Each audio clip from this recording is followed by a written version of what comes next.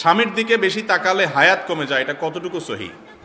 প্রশ্ন হলো, স্বামী স্ত্রী সহবাসের পর গোসল না করলে সংসারের অকল্যাণ হয়। অনেকে গোসল না করে ঘরের কিছু ধরতে না করেন, এ বিষয়ে ইসলাম কি বলে? তার আগে অনেকেই সিগারেট বিড়ি খেয়ে নামাজ আদায় করে, নামাজ আদায় হবে কিনা? এরপরে প্রশ্ন হলো, স্বামীর দিকে বেশি তাকালে হায়াত কমে যায়, এটা কতটুকু সহি? লা হাওলা ওয়ালা কুওয়াতা ইল্লা বিল্লাহিল আলিয়্যিল আযীম। স্বামীর দিকে তাকাইলে যদি হায়াত কমে যায়, তাহলে কার দিকে তাকাবে বেচারি? এটা কোনো কথা হলো? হ্যাঁ, উল্টা না হওয়া দরকার ছিল, যে স্বামীর দিকে তাকাইলে হায়াত বাড়ে, এটা না হওয়া দরকার ছিল। যদিও এই দুইটার কোনোটাই হাদিসে বলা হয় নাই। স্বামীর দিকে মহব্বতে ভালোবাসার দৃষ্টিতে তাকাইলে তো সওয়াব হবে ইনশাআল্লাহ, হায়াত কমবে কেন? একেবারেই ভুয়া ভিত্তিহীন কথা। কোত্থেকে এই সমস্ত আজগবি মাসআলা আমাদের দেশে গ্রামাঞ্চলে এখনো প্রচলিত আছে, এখনো মানুষ সচেতন হয় নাই। স্বামীর দিকে তাকাইলে মহব্বতের সাথে তাকাইলে সওয়াব হবে ইনশাআল্লাহ। আবার স্বামীও তার স্ত্রীর দিকে মহব্বত এবং স্নেহের পরশে তাকালে সেটাও তার জন্য সওয়াব হবে ইনশাআল্লাহ। আল্লাহ বলেছেন, ওয়াশিরুহুন্না বিল মারুফ, সুন্দরভাবে জীবনযাপন করতে হবে, তাদের সাথে ভালোবাসা বিনিময় থাকতে হবে। স্বামী স্ত্রী যত সুসম্পর্ক থাকবে, যত মিল মহব্বত থাকবে, তারা এই ক্ষেত্রে অনেক বেশি মুত্তাকি এবং আল্লাহ তাআলার প্রিয় মানুষ হতে পারবে। আর স্বামী স্ত্রী সারাদিন ঝগড়া লাগে, কথায় কথা শুধু তালাকের কথা বলে, বই বাপের বাড়ি চলে যাওয়া ধমক দেয়, স্বামী তালাকের ধমক দেয়, দুইটাই অমানুষ এবং ছোট লোক। যারা ভুল ত্রুটি হবেই, একসাথে থাকতে গেলে স্বামী স্ত্রী অনেক উল্টাপাল্টা হবে, তারপরেও যদি মিলেমিশে থাকে। স্বামীর একটা দোষ দেখছি, আমার স্বামীর অনেক গুণ আছে মাশাআল্লাহ, যেগুলো অন্যের মধ্যে নাই। স্ত্রীর একটা দোষ দেখছি, মনে করতে হবে আমার স্ত্রীর একটা দোষ পাইছি, বহু গুণ আছে আল্লাহর রহমতে। ক্ষমার মানসিকতা থাকবে ইনশাআল্লাহ, এই স্বামী স্ত্রী মুত্তাকিদের মধ্যে শামিল হবে, যদি অন্যান্য দিকগুলো তাদের ঠিক থাকে।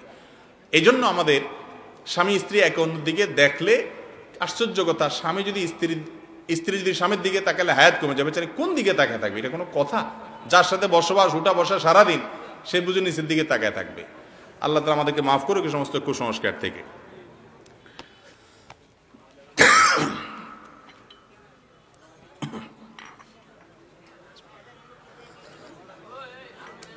এরপরে প্রশ্ন হলো, নামাজে যাওয়ার আগে অনেকেই সিগারেট বিড়ি খেয়ে নামাজ আদায় করে, নামাজ আদায় হবে কিনা?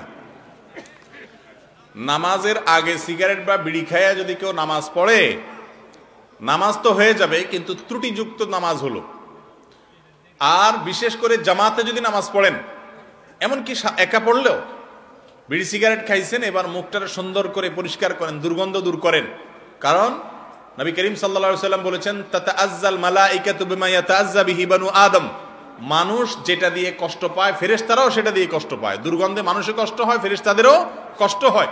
ফেরেশতারা যদি কেউ এরকম মুখে দুর্গন্ধ নিয়ে মসজিদে যায়, তাদের জন্য বদদোয়া করে। এই জন্য বিড়ি খাইছেন, সিগারেট খাইছেন, এক অন্যায় করছেন, এখন নামাজ না পড়লে তো ডবল অন্যায় হবে। অতএব এক অন্যায় করছেন, ওটার জন্য মাপ চেয়ে মুখ টুক ধুয়ে দুর্গন্ধ দূর করে তারপরে এবার মসজিদে যান। কথা কি বুঝাতে পারছি? কিন্তু বিড়ি সিগারেট খাইলে যে নামাজ হবে না, এমন কোনো কথা নাই। হ্যাঁ, মাদকের ব্যাপারে বলা আছে, কেউ যদি মাদক আসক্ত হয় এবং নেশা হয়, তাহলে তার 40 দিনের ইবাদত কবুল হবে না। বিড়ি সিগারেট এটা খাইলে তো নেশা তৈরি হয় না, এই জন্য হাদিস এখানে কার্যকর হবে না, ইবাদত কবুল হবে না, এমন কথা নাই। কিন্তু মুখ পরিষ্কার করে কি করতে হবে? মসজিদে যেতে হবে। এরপরে প্রশ্ন হলো, স্বামী স্ত্রী সহবাসের পর গোসল না করলে সংসারের অকল্যাণ হয়। অনেকে গোসল না করে ঘরের কিছু ধরতে না করেন, এ বিষয়ে ইসলাম কি বলে? সন্দেহ নাই যে গোসল ফরজ হলে দেরি না করে দ্রুত, যত অল্প সময় সম্ভব গোসল করে ফেলা উচিত। কারণ গোসল যখন মানুষের ফরজ হয়, ওই সময়ে সে নানা কারণে আল্লাহর রহমত থেকে দূরে থাকে, নাপাক শরীর আছে। তো এই জন্য দ্রুততার সাথে যত অল্প সময় সম্ভব নাপাক দূর করে ফেলা উচিত। যদি কোনো কারণে অপেক্ষা করতে হয়, মাঝরাতে গোসল ফরজ হয়েছে, ভোর রাতে গোসল করবেন, নামাজের আগে আগে, পরবর্তী নামাজের আগে যদি করেন অসুবিধা নাই, হয়ে যাবে। কিন্তু এই ক্ষেত্রে সুন্নাত হলো উজু করে নেওয়া। শুইবেন, তাহলে উজু করে নেন। অন্য কাজ করবেন, গোসলটা একটু পরে করবেন, 2 ঘন্টা পরে করবেন, তাহলে আগে উজু করে নেন, তারপর অন্য কাজ করেন, কোনো অসুবিধা নাই। এক্ষেত্রে আপনার গোসল না করে কিছু ধরতে দেয় না। মহিলাদের ব্যাপারে এই ফতোয়াটা বেশি, তাই না? পুরুষ বেটা শুয়া নাক টানতেছে 11টা পর্যন্ত, কেউ কিছু বলে না। ওই বেচারি কিছু ধরতে গেলে, এই বেয়াদব খবিশ, গোসল কর, গোসল না করলে সব অকল্যাণ হবে। ওই বেটা যে খবিশ যে শুয়া রয়েছে, সেটার উপরে কোনো মাথা ব্যথা নাই। আমার দেশে যত ভুল ভাল ফতোয়াবাজি সব মহিলাদের উপরে চড়ে, সব মহিলাদের উপরে। বাপের সম্পত্তি ছেলে নিলে কোনো অসুবিধা নাই, বরকত হবে। মেয়ে নিলে বলে বাপ দাদার সম্পত্তি মেয়েরা নিলে এটা সয় না, সয় না, কি মাসালা বানাইছে দেখছেন? মহিলাদের সয় না, ওনার সয়, খাওয়ার জন্য একটা মাসালা বানানিছে, আত্মসাত্য করবে, মনে দিবে না, তো আইডিয়া বাইর করছি কি নিলে সয় না। একই বাপের সম্পদ, তুমি নিয়ে লাখপতি কোটিপতি হইতে পারবা, আমার সাথে কোনো সম্পর্ক নাই। অতএব গোসল ফরজ হলে স্বামী হোক স্ত্রী হোক উভয়ে তাড়াতাড়ি গোসল করবে, দেরি করে করতে হলে অজু করে নিবে। আর যদি অজু নাও করে তাতে বড় কোনো গুনাহ হবে না, কিন্তু উত্তম না, সুন্নাহর খেলাফ হলো।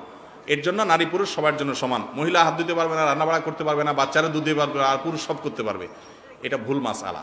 সবার জন্যই একই মাসআলা। এরপরে প্রশ্ন হলো, নামাজে যাওয়ার আগে অনেকে সিগারেট বিড়ি খেয়ে নামাজ আদায় করে, এটা তো হয়েছে।